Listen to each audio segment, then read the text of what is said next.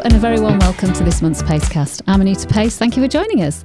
My guest today is Richard Murphy. He's the founder and managing director of First Event, a very successful event management company. As well as building this successful business, he's also had the privilege of travelling the world, scouting locations for all his corporate clients. So I'm sure he's got plenty of stories that he can share. I'm delighted he's found the time in his busy schedule to join us today. Welcome, Richard. Thank you. If you haven't listened to our Pacecast before, you won't know that we ask our guests to bring in something that's memorable or meaningful to them. I don't know what it is, so I'm going to ask Richard to explain what he's brought in and why. Over to you. Thanks, Anita. Thanks for the invite.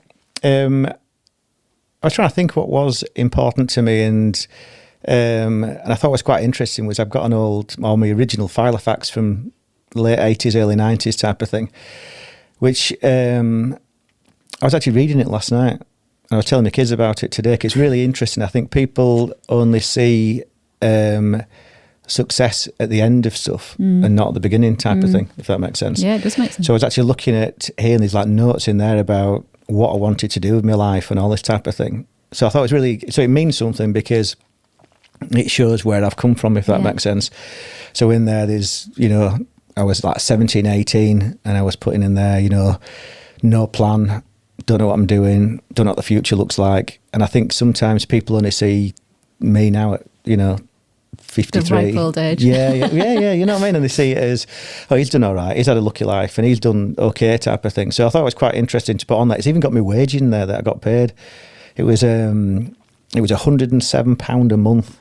And what were you doing at the time? I was a travel agent. All right. Okay, well, we'll come back to that. I must just say, though, I love a Filofax. Even now, I would happily have a Filofax. I used to be, or probably still am, someone who loved lists and being organised. So when this thing came out called a Filofax that had all these different sections with pages for different things, it was the best thing ever.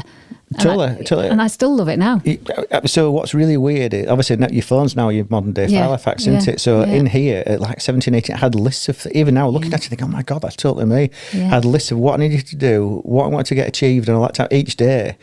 I mean, there's even a thing on there, and the title of one of the pages is what I might achieve this year, and like a weirdo, I crossed out might, so what I will achieve this year, like some, I think, God, what am I doing? You know what I mean? Anyway, so I thought it was quite interesting to bring it along. And what did your kids think when you got it out? What's that relic? Well, obviously, what's a Filofax, first of all, but then it was quite interesting. I told my lad 16, so I was saying to him about, I got paid £107 a month.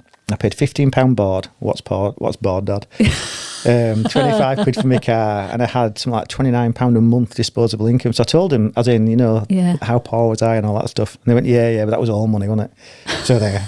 But yeah, so that was quite interesting. Well, thank you for sharing that with us. Let's go back to the beginning then. I'm interested in your childhood, and were there any early influences, do you think, in terms of what happened to you then and where you are now? Let's explore that. Yeah, it's had a bit of a good childhood, really, really good. And it's quite interesting. I tell my kids about this, and you sometimes exaggerate the truth, don't you, and say, "Oh, we're really hard done by and everything." But it was really good because it's definitely influenced who I am today. Yeah, we did. So my dad worked as he used to have a panel beating shop, spraying cars and stuff, and he was a bit up and down, and so it was quite tough. We lived in like a end terrace type of thing. And where was this, in West Yorkshire? Yeah, just outside Leeds, a place called Yeadon. But I remember like certain things that now have definitely driven me to be different, to give a different childhood to my kids, to what they had type of thing. I mean, my mum worked at National Children's Home, obviously looking after, kids without a home. And at Christmas, they used to get gifts donated to them, like toys and stuff. So they used to, it was all the second-hand toys or new toys, not very good. But I remember there was all the ones that weren't great, used to either get thrown away or given to the staff type of thing. So my Christmases, this is how poor am I, my Christmases used to be like the toys that no one else wanted used to come to our house. So I remember as a kid getting some like cardboard cowboy and like all like horrendous, and at the back was peeled off, F off Peter in on the back of it in pen. And I was like 8, 9 year old. But it must have been heartbreaking for mum and dad, because obviously they were saying, well, what do you think of Father Christmas, what they got you? And I'm like, well, not great, to be honest with you. You know what I mean? So I think stuff like that, I think it's definitely driven my behaviour to think, actually, I had a great childhood. But you didn't know any different, did you? That's the thing. No, well, you did a bit because you obviously used to go to school and everybody else had, Evel Knievel and stuff like that. And I had, some ripped up cardboard. They made a cardboard that had swear words on the back of it. But what it influenced was it made me want to have a different... They still have all the great loving family and everything else, but probably have more of opportunities, which I didn't get. It wasn't a bad life. It was just different, really. So how was school? Were you academic? No. Okay. I didn't, not at all. So I loved sport. Right. Sounds big-headed. Like captain of the rugby team, captain of the football team, all that was great. I didn't get it. I didn't understand the relevance of when Beethoven was born. It just didn't sit with me at all. I left school at 16. I remember the career teacher saying to me, what are your interests? And I was like, I like computers and I like outdoors. And they went, okay, travel agent. I was like, eh? They went, well, it's bizarre, isn't it? It's just anything. I think they were desperate. So they typed in, I can work on a computer and can travel abroad. So I wrote to every travel agent in the area and said, can I have a job? And at 16, I got a YTS. I remember those. Yeah. Youth training scheme for the listeners who don't know what that is. Yeah, like an apprenticeship now, isn't it, type of thing. Yeah. But really interesting the fact that what I found, so school I didn't get academically. The minute I left school, I realised that the relevance was actually if I did this course or did this qualification from a work-based environment, then it was going to give me another, $3,000 wage rise or something. So I was like, the minute I left, I was a different person. Yeah. Doing night school, going to college, reading books on how to be a better, leader and all that type of stuff and everything else. So it was more financially driven, to be honest with you. Yeah. Interesting though, you mentioned your career teacher had suggested travel agents, because quite often you hear stories about career teachers not really having that much impact. But in your case, they did put you on a path to I think, where you are now. Yeah, they did, yeah.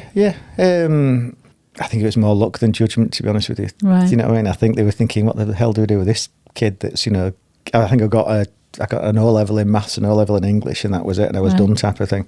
But the minute I left, I was driven by money, being honest with you. I know everybody says money's not a motivator. It absolutely was for me as a young kid. And do you think that was because of the upbringing you'd had and you hadn't had the trappings of wealth? I think so. Yeah, I think so. I know my mum used to always say, put your hand up for everything, every trip. Put your hand up, say, yeah, go for it. And then we'll decide when you get home if you can afford to go or not. So obviously the big trip was Chester Zoo. So are you put up for everything, which is my problem. I've still goes on now. I'm a nightmare for double booking things. If somebody says, do you want to do this? Do you want to go here? Yep. The answer's and then always afterwards, yes. I think, I've double booked that. So travel agents was where you went first after your YTS? Yep. And what were you doing there? What do you mean? Day to day. Did you actually go and scout locations, or were you quite junior? No, I was entry level stuff. Right. I mean, there was the guy who looked after me. There was a guy called Ian Morgan, ex-professional golfer, and literally used to say to me, "Go." Everybody walked into the office. I used to have to go up to them and say, "Can I help you?" Knowing, I didn't have a clue. They wanted to go to the West Indies. Where the hell's the West Indies? So it was really hard at school to get to know people, get to know yourself, and as a young 16-year-old. You're not used to speaking to the public and the grown up. Do you know what I mean? And it was a really good lesson in social skills and all that type of thing. And then eventually I was with him, I worked there for a couple of years, and then his dad wanted to retire. So he said, why don't you go into partnership with us? So early 20s, I went down to the Yorkshire Bank, asked for a car loan, $5,000, gave it to him, and then we went into partnership and I paid. So the bank thought you wanted the money for a car, when in fact you were investing in the business. Yeah. Right. Okay. Yeah. And paid him $5,000, and then I didn't take any profits out of the company, and any profits that we shared went back in to pay his dad off, and that was the start of it was still friends now. So it was just the two of you running this? Just the two of us, and we had 2 or 3 girls working there as well, and we started doing random stuff. I was always looking for a bit of an edge and a bit of an angle on things. I think I've always done that. Yeah. Even at school. I remember at school, I don't know if it's a good thing or a bad thing, this. And I remember some of the kids, they used to get free dinner tickets. If you couldn't afford them, you got a stamp on the back. It's not good, this, by the way. I used to buy it off them for like 50p and then rub the stamp off the back and then hang around outside the dinner hall until the tickets ran out and then flog them for like double the price to everybody else. So I think I was always looking for a bit of a, like a bit of an angle. Yeah. So even like when we'd got the travel agency going, it started going really good and doing loads of good stuff. And then all my friends started getting married. So I started organising stag do's. So I ended up doing a trip to, Amsterdam, then one to Port Vanouds. Through the travel agents or travel agency, right, yeah. So people used to come to us and it got bigger and bigger. And I mean, this is how, about 20 odd years ago, before the internet. So the internet was just starting off. Yeah. And so I bought a web domain called Stag Weekends Abroad. And it grew arms and legs. And we ended up getting a separate company.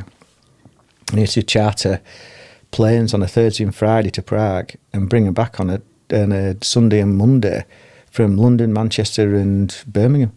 And it was nuts. And then and we ended up going to Estonia, Latvia, Riga, as a young lad. And were you going on all the trips as well? We did the recce's first of all, which was, you can imagine, it was just carnage. And then we'd just charter aircraft going out there.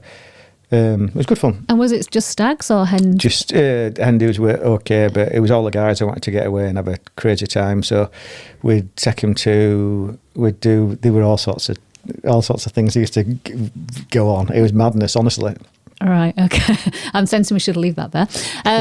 So was the travel agency, you doing both at the same time? I know it started off while you were doing the travel agency. Did the stag business overtake the travel agents, or were you? It's quite. Yeah, it's a good question. That I was thinking about it coming over here about what's worked and not worked, and I suppose it absolutely was a missed opportunity. I remember the Underground, the Tube rang us up and said, "Do you want to sponsor on the when you sit down, you got the advertising on the top." Yeah.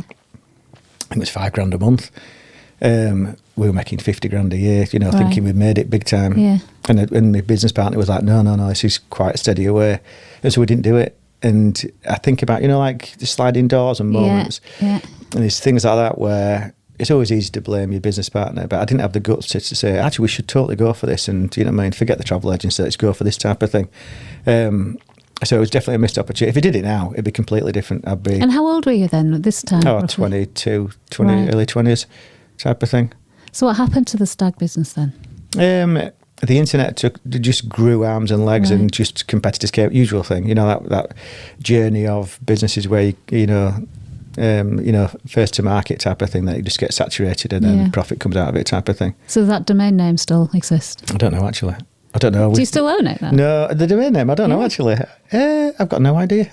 I don't know. Well, if you haven't been renewing it every couple of years, then someone else must have gone. It must have gone. Yeah, we sold the travel agency and we sold everything to do with it. So, I did different things and tried to work at different things. I started a ski company then. So when was the ski company? This was after the stag, or was the travel agent still going? About the same time. So you had fingers in a few pies. Yeah. So we started a company called Max Ski, which is still going now.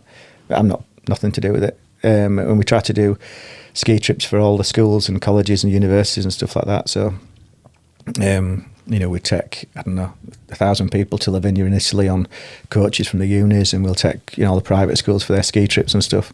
It was okay. There was not much money in it, and it was really hard work. So I thought, So I'm just fascinated. So you're still a young guy, you're in your 20s, and yet I'm thinking it from a parent's point of view, you're being trusted to take all these school children. Were you physically taking them, or you were employing people to take these kids?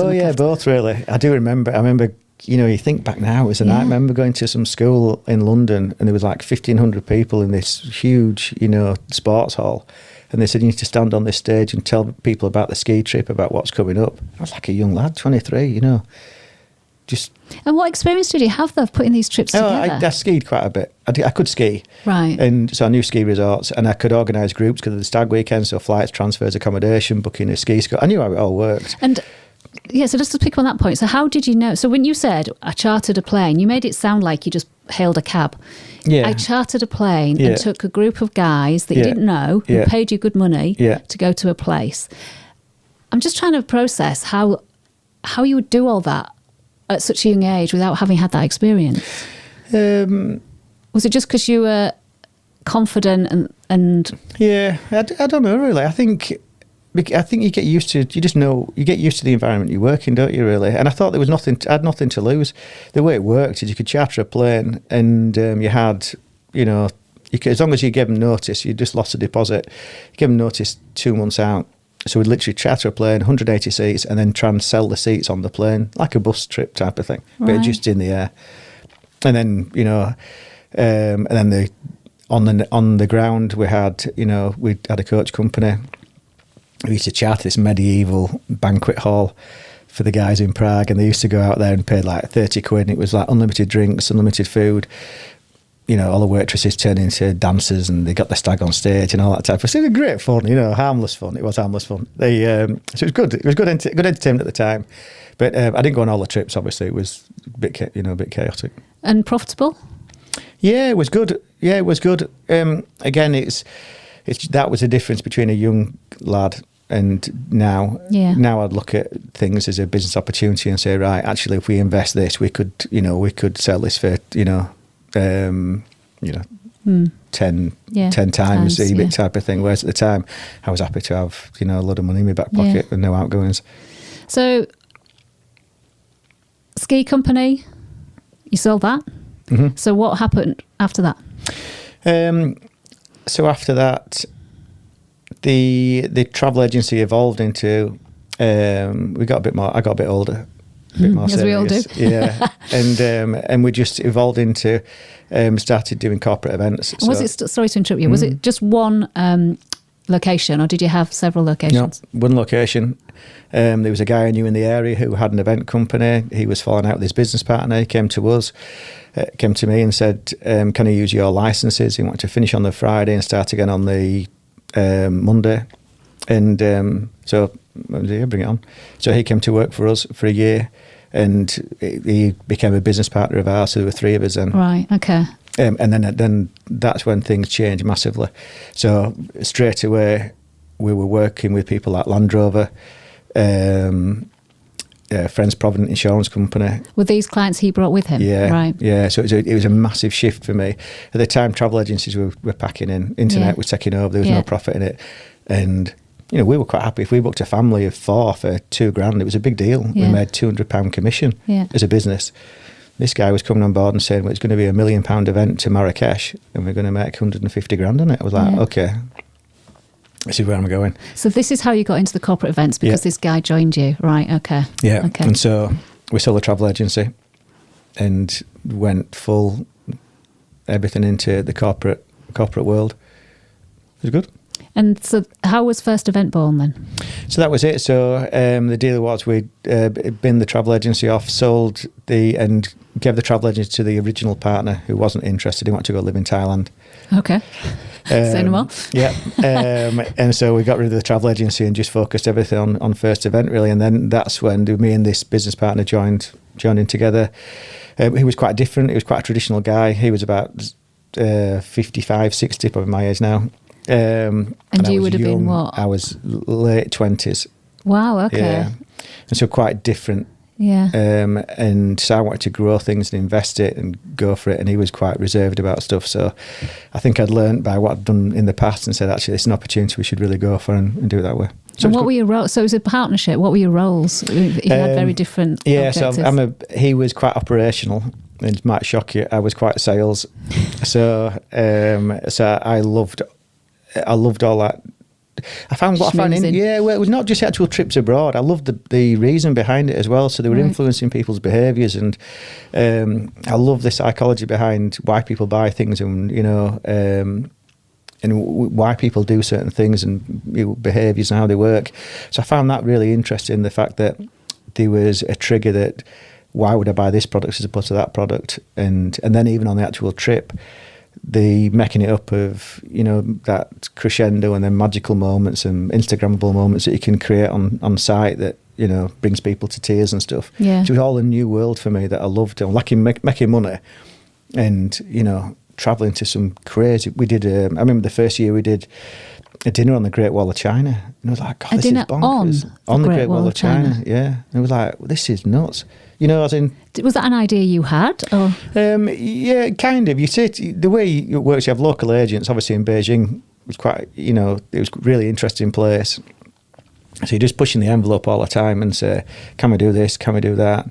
Until they say no, you just keep on going until you can do stuff, really. So we did I took them to in this Beijing, Forbidden City. We went to the Great Hall of the People, where we had a dinner there for them. It's just amazing, really. So, first event. So, am I right in thinking it was born early 2000s? So, 20 odd years old now. Yeah, it is. Yeah. The original business partner you had, I'm assuming, is no longer in the business. Yeah. So again, talk about. I quite like risks as well. And I'm thinking, I've always wanted to think, well, just go for it. I think it's from my mum saying, put your hand up. Yeah. Just seize opportunities. Yeah. So we got to a point where he was getting a bit old in the tooth, one of them. And I just, I remember the same year I had my wife, I met my wife, got married in that year. Yeah. Quite a short relationship. She gave birth as well to my daughter, and I bought him out and we moved house all in the same year, and it was like quite a stressful time. So so I obviously went to the bank, I got a PG, so that was where things started to get a bit serious. Yeah. It was like, if we don't get business on board, I owed the bank £1 million. And you had a wife and daughter to kid support, and a new bigger house and everything else. Yeah. And that if we didn't, if it didn't work, everything was gonna go, because the bank will just take everything. Well, I'm pleased to say it all worked out very well. It went great. It was really good because I was in charge. I was now in charge of the ship, if you like. So what did you do differently? It was now your baby. Yeah. Obviously not your real baby, but your alternative baby. What were your plans? What did you do differently? So I did. So I had a really clear idea what I wanted work to be like for people. I know it's really cliched, this, but I tell everybody who comes to work for us that I wanted it to be a place where if you came to work for First Event, then we would improve your life, basically. Okay. So we'd train you up to be better academically and professionally, but also from a personal point of view, we'd invest in personal development and stuff like that. So I really like the fact that if you came to work here, it'd be a really good experience for everything. So we got people on. So we did personality profiling when people came on board. About cool blue, green being a people person, fiery red and yellow. What are you? And all that stuff. Yeah, yellow. Yellow. Yeah, see, I'm red. Oh, yeah, I can see that. Can you? Yeah. Competitive. Yeah, I am. Yeah. All right. So we did that, and then we invested in negotiation training. And I was trying to explain to the team, it's not just about negotiating for hotel deals and everything else, but life's negotiation. If you're buying a house or buying a car or asking your partner if you can, go away for the weekend. Yeah, that type of thing. So that was the foundations, if you like, of definitely having a good time. But actually, the principles of working here are you will totally look after you. And bizarrely, it wasn't all about the money then. If somebody said to me, do you want to... we had an event where we did like a surprise... Spandau Ballet, we flew them out to this surprise dinner and everything, which was really cool. But we invested other things in it as a business, even though the client couldn't afford to do it, type of thing. And the team was like, well, what's going on here? But I was more bothered about being a great event as opposed to making more money, if that makes sense, between the two. Yeah. So the foundations of it were, this has got to be awesome to start off with. And if we make money on the side of it, then really good, and we can keep on going. How do you come up with the ideas for the events? Because you do so many varied things in different countries with different clients, and you must be always trying to think of new, exciting things to do. That wow. Yeah. Yeah, it's really interesting. It is really, you can cut and paste stuff, know, and the more experienced you are, you can say, well, we did an event in Barcelona and we had a guy come, Freddie Mercury come out, not Freddie Mercury, a guy in an opera suit singing, Barcelona. Yeah, Barcelona, and it was so emotional, it was brilliant. So they can take that on board. We chartered the Orient Express for a group to Venice, and we flew in some opera singers, and they did a similar thing. So there's certain elements will work. Live music is really emotional, really emotive as well. So we tend to do it that way, really. Yeah, because your events are very different. It's not about just taking a party of people to a box at Wimbledon or to the Formula One. It is about putting an event itinerary together that is very different and rewarding for the clients, guests. Yeah, So it's memorable. Yeah, it is. Yeah, so the average group we take away, I suppose largest event we'll do 4,000 or 5,000 people somewhere in the world type of thing. But majority it's always going to be 500-600 people going away. So it has its own complications and its own demands as well. Yeah. And do you get to go on any of the trips these days? Yeah. Not as many as I used to do. I remember we had. I mean, that's.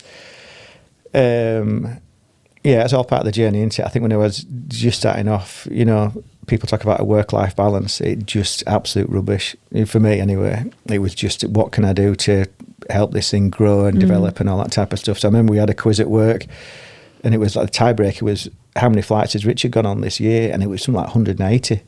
Which is horrendous, You must have a lot of points. Well, this is it, but it's quite interesting how now I see people at the airport with BA Gold things on, like a badge of honour. And I feel like going up to them and putting my arm around them and saying, I'm so sorry. You know what I mean? Your life must be awful. Do you know what I mean? I was saying, we're never at home, I didn't see the kids and all that type of stuff, the usual rubbish. But it was exciting, but also it was definitely a sacrifice. Yeah, it's a compromise. One. Yeah, isn't it? Yeah, you can't be in two places at once. Yeah.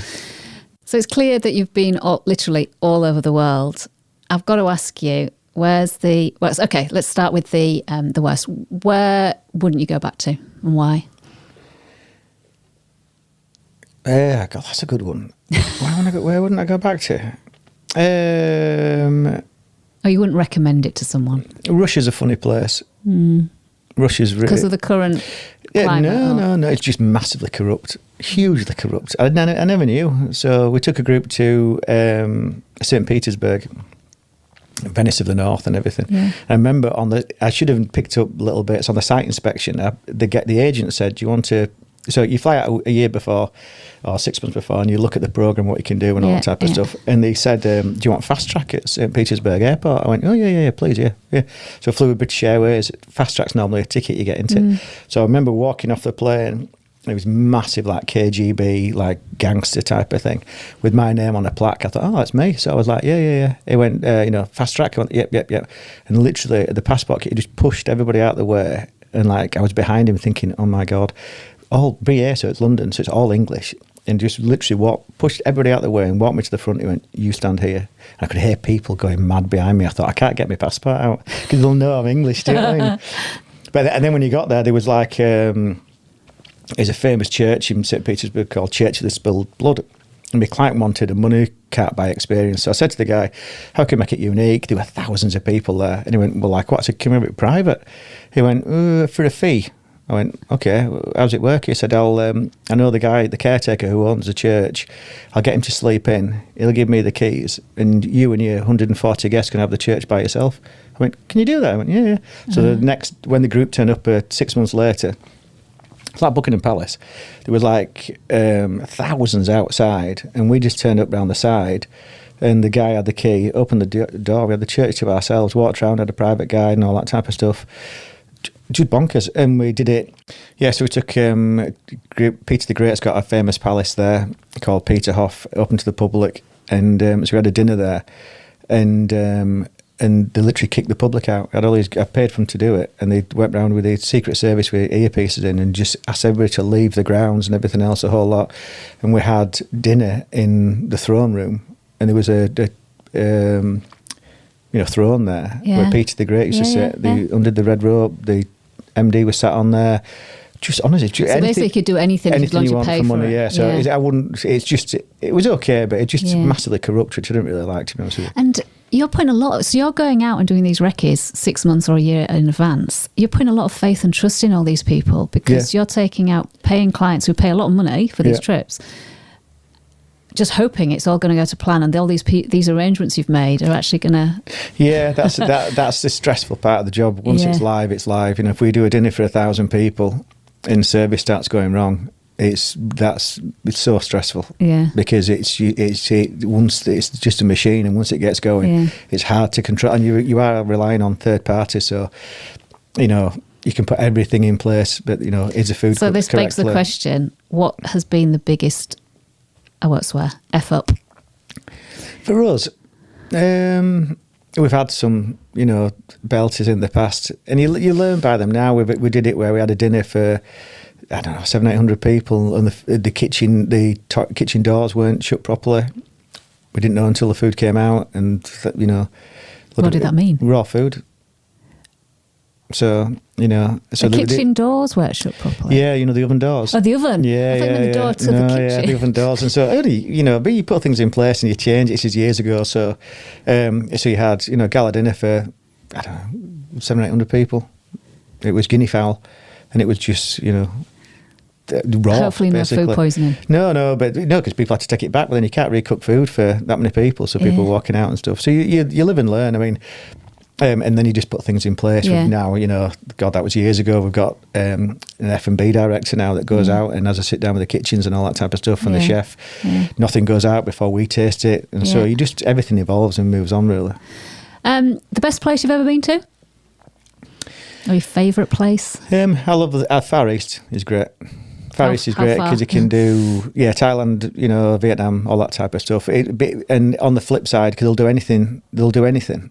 And they'll do it fast and they'll do it efficient. So, in Bangkok, we've had it where we took a group round there and asked if it could, shut the streets down in Bangkok. And we had like a police escort with all the group on tuk-tuks. And literally, police ahead of us stopped the traffic and our group just like flew through and everything. Gosh, I don't know, 20 quid a head type of thing. Clients must always feel like royalty. Oh, they do. And that's what I love. Is where you give people an experience they could never ever have, and it'll live with them forever, and that's amazing, really. Yeah, totally. Yeah. For everybody, even for and I say to the team sometimes when we're doing live events, they're running around, and I'm like, whoa, just stop, breathe it in. This is amazing. Yeah. This is unbelievable what you're doing here. Whether it's fireworks going off or lanterns on a beach in Thailand flying off into the distance, or a beautiful singer, or do you know what I mean? It's just amazing. It's unbelievable stuff. That's what life's about, isn't it? It's about creating memories and the experience. Yeah, for sure. Anywhere in the world that you haven't been that you still want to go to? New Zealand I quite fancy, only from a personal point of view. I've been to Australia a few times, but New Zealand be quite good. I quite like. I'm a bit of a foodie, and and I think going round Marlborough around there. Great wine, but also apparently all the gastronomic restaurants have popped up around there, so that's quite good. Yeah, never been to New Zealand. Okay. So, thinking back to the events, what's been your proudest event? Would you say in terms of the program you put together, the experience you created for the client? Is there something that's really special? Yeah, there's been loads really. I suppose standout moments. We took a group to Hawaii, which was really good, and we did a gala dinner in Pearl Harbor. And that was awesome. Yeah, so we did a surprise dinner venue, so they don't know where they're going to go, and we took them down to Pearl Harbor, and we had like a Bob Hope classic evening, like World War II. So we got them on board the warship in Pearl Harbor. SS Missouri, I think it was, where the Japanese. So it was amazing. So we got old veterans there, and they were talking about where the Japanese signed the peace treaty on there. Just incredible. They took them around the cabins and stuff, and we had drinks on the front of the warship. Then at the back, we did like a Stars and Stripes, like bench dinner, and we had the World War II classic girls with the American tan tights with the line down them and all that. Obviously, I asked if we could set the guns off, and stuff like that, and they explained it was still a working military harbour. So you no, it's the same thing. You got to push it all the time, type of thing, and see what you could do. So that was really cool. That was really good. Wow! And yet you still got to keep thinking of new ideas all the time. Yeah. We employed a guy a few years ago called Dr. David Hall, and he's completely nuts, and he talks about second stage thinking and creative thinking and all that stuff, and so not going into solution mode first of all. So we do that as a business now. So if somebody said, we want an event where people have got a voice, for argument's sake, then we'll talk about it as a team, as opposed to saying, all right, we'll do X, Y, Z. We don't go there, and we try and talk about when did you last feel you had a voice? So was it when you were at school, or if you heard an opera singer, and then let's think about that and explore that, and eventually we get round to how you could intertwine that into some type of event, really. So first event is clearly doing very well. Congratulations on that. Your Filofax obviously played its part in the early stages of the business. So what's next for you and for the business? How many people do you employ now? About 85. Right, okay. So about 85 people, does about 30 million, makes about £1 million EBIT. Yeah. About that. So I did an employee ownership thing.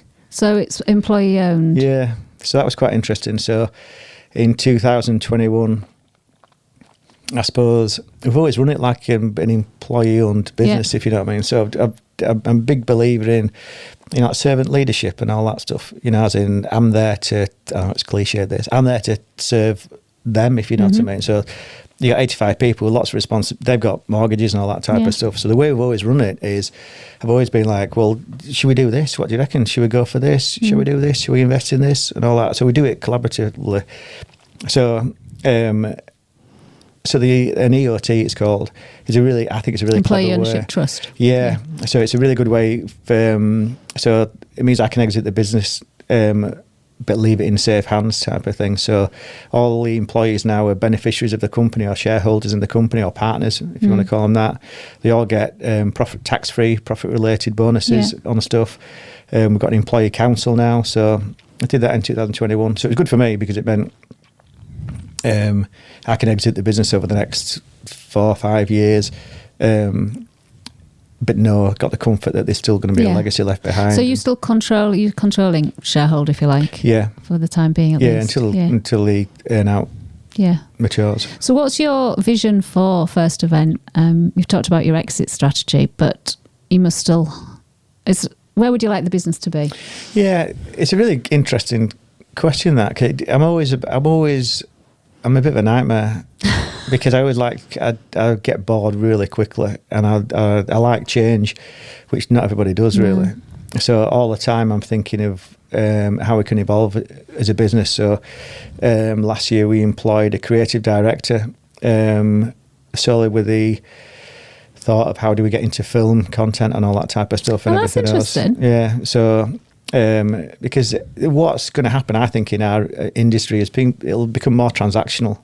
So, chartering a plane might be a big deal at the minute, but it'll be a PA's job and EA's job eventually. Taking 1,000 people to a hotel in Barcelona won't be that big a deal. I reckon in the next 18 months, people will be able to do it. So where's the added value, really? So that's what we're looking at the minute. So that's been quite good. Ah, interesting. Things are going very well, obviously. Congratulations again. But what does keep you awake at night? Anything? No, life's all right, really. Life's all right. I think, I suppose the next stage for me, I'll still be involved in First Event in some way, shape or form as it grows and matures and everything else. But I always think about what makes people happy and what ticks people's box type of thing. So, so at the minute I'm at that stage, really. I do a bit of charity work, I'll talk about it. I do a bit of Samaritan stuff, which is quite good. Do you? Yes, I do that on a Thursday. That's been quite an eye-opener. So are you on the end of the phone then? Yeah. Oh, wow. Yeah, listener. Yeah, so that's quite good.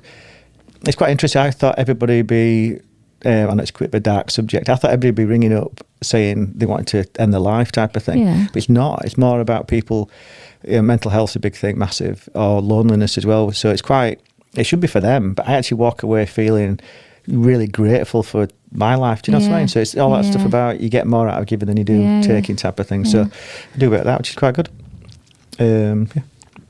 And when you look back over your success, is there anything you would do differently now with the benefit of hindsight?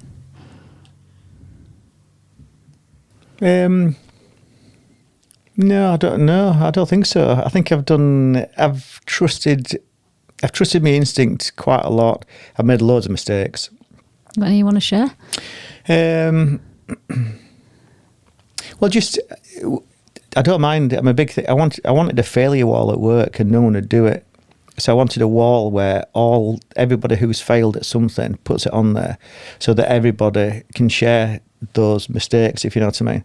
And not be ashamed of them. Yeah, it's a big thing in aviation. So that the black box and everything. So the minute a plane goes down, within 24 hours they find the black box. This is what's gone wrong with it. They share all the information to everybody else in the aviation world, so everybody knows how that it can not happen again and save thousands of lives. You compare that to medical.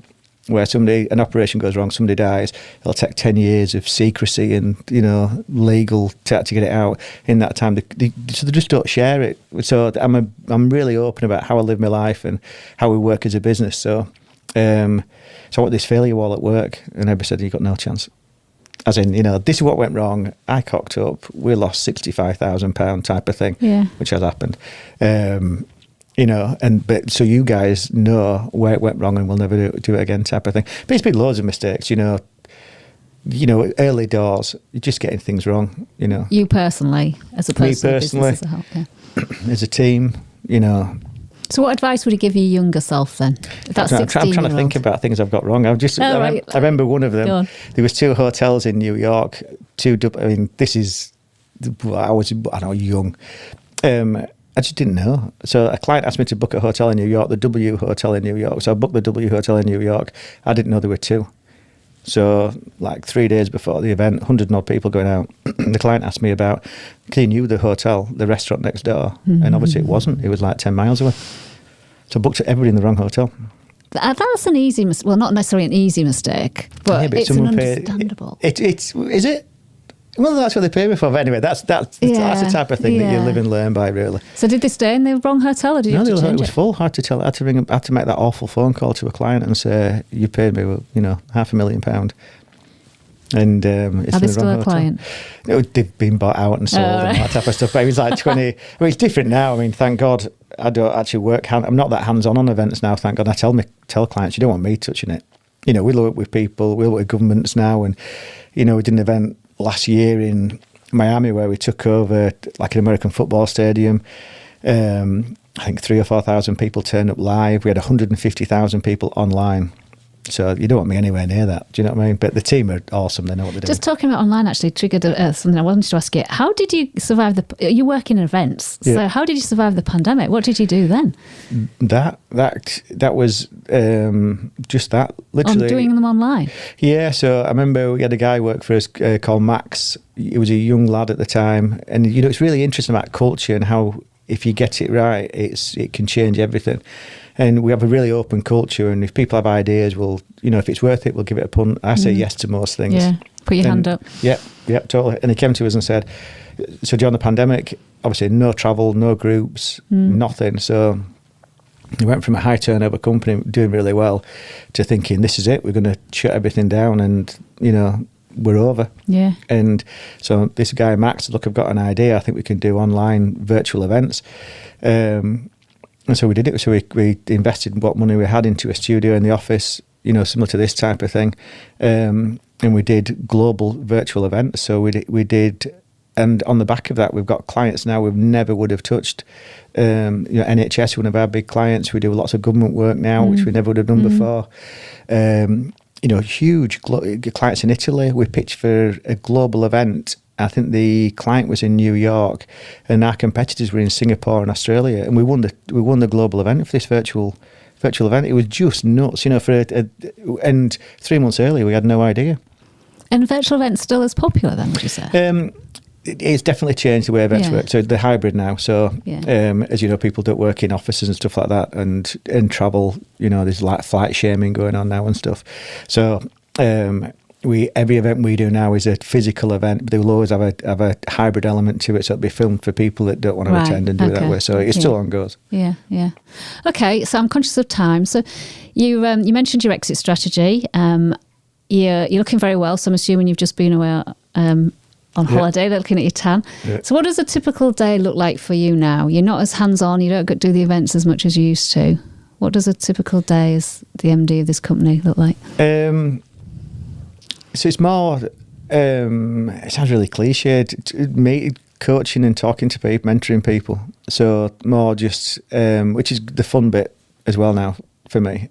Do you not get involved in designing the programmes? A bit. The team will come to me and say, what do you think about X, Y, Z? And I'll just put the icing on the cake and say, have you thought about doing this? You thought about doing this? This is a great restaurant. This is a great venue. But they don't want me, getting involved interfering. It's that. I remember we have annual conference every year, and I think my sting music, the music you walk on stage to, was coming in like a wrecking ball. They so like, okay, fair enough. Keep Richard away from it. yeah, totally. Yeah, tsunami. Before we go, any funny stories you're allowed to share with us about any of your trips, or that aren't gonna in any way damage your reputation? Yeah, I mean, over the years we have had lots of incidents from which are interesting in themselves, but the issue is, I suppose, that, in the early days there was no limits on stuff, so people could the partners weren't there, so they could drink as much as they want because it was free. Everything was over the top type of thing, whereas now people are a bit more reserved and a bit more conscious about behaviours and stuff. But early days, I remember we took a group to Vegas, and I got a phone call at 3:00 in the morning from the security in the Bellagio hotel, and they said, "We had some trouble with your group." I went, "Okay, what's happened?" They went, "Oh, there was a fight in the bar." I was like, okay, where are they? And they went, "They're in the prisons in the cells underneath the Bellagio." I was like, "Hey?" And they went, yeah, meet us at reception, we'll take you down. I was like, so excited. And ran down there, and it was like a whole different city underneath the Bellagio hotel with different prison cells and everything else. And the whole lot, they had him in the cells, videoing him, interviewing him. Real cells? Yeah. So there's been loads of stuff like that. I mean, it's the usual stuff. I've dragged people out. I'm more intrigued about the fact there's prison cells under the Bellagio. It's unbelievable, isn't it? Unbelievable, yeah. And then, we've had the classics of, finding guests, where they shouldn't be. Yeah, naked in the hotel kitchens, where the usual thing, they're tired and they're in a different hotel room, had a drink, and they go to what I think is the toilet, they're in the hotel corridor and stuff like that. And, I've had all that type of thing. I look forward to reading your memoirs when you've retired. Yeah, when I can do all these spill the beans. Stories you can tell. Yeah. Right, no, thank you for that. It's been fascinating hearing your story. Thank you again for coming over. I really enjoyed talking to you. So we always ask the guests that we had previously to leave a question for the next guest. So our last guest has left a question, not knowing it was for you today. Oh, okay. So I'm going to ask you the question before you go.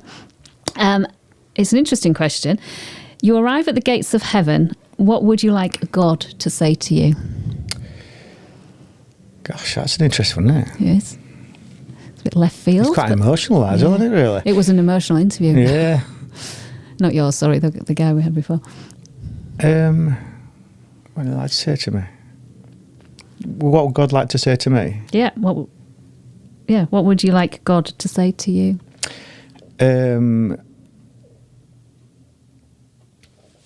I don't know. I think it'd be.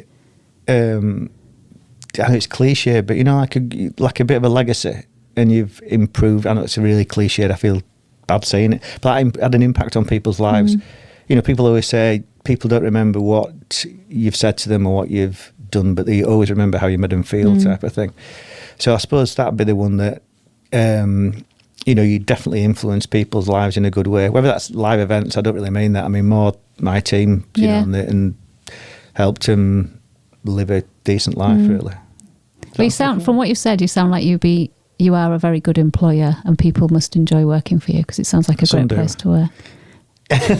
Not just going on all these fascinating trips, which I guess they all get to do, but also in terms of what the purpose of the organisation is in creating those memories and experiences for people. Yeah, it does. It does bite you a bit, which is fine. We had some amazing girls that worked for us, and they've gone on to awesome stuff. And I can't argue with them when they come to me and say, Richard, I've been offered this job. What do you reckon?